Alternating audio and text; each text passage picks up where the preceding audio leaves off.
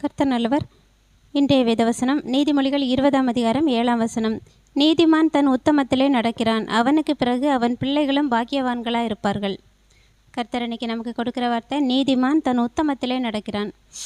நீதிமான்னா யாருன்னா நாம தான். ஏன்னா கர்த்தர் நம்மளை இலவசமாய் அவருடைய கிருபையினால் நீதிமான்களாக்கி இருக்கிறார். நாம் இன்றைக்கும் அவருடைய வார்த்தைகளை கேட்டு அவருக்கு பிரியமான வழியில் நாம் ஒவ்வொரு நாளும் நடந்து கொண்டிருக்கிறோம். சம்டைம் தவறுனா கூட நம்ம அந்த இடத்துல சரி பண்ணி நம்ம அதை முயற்சி பண்ணி நம்ம பண்ணிகிட்டு இருக்கிறோம்.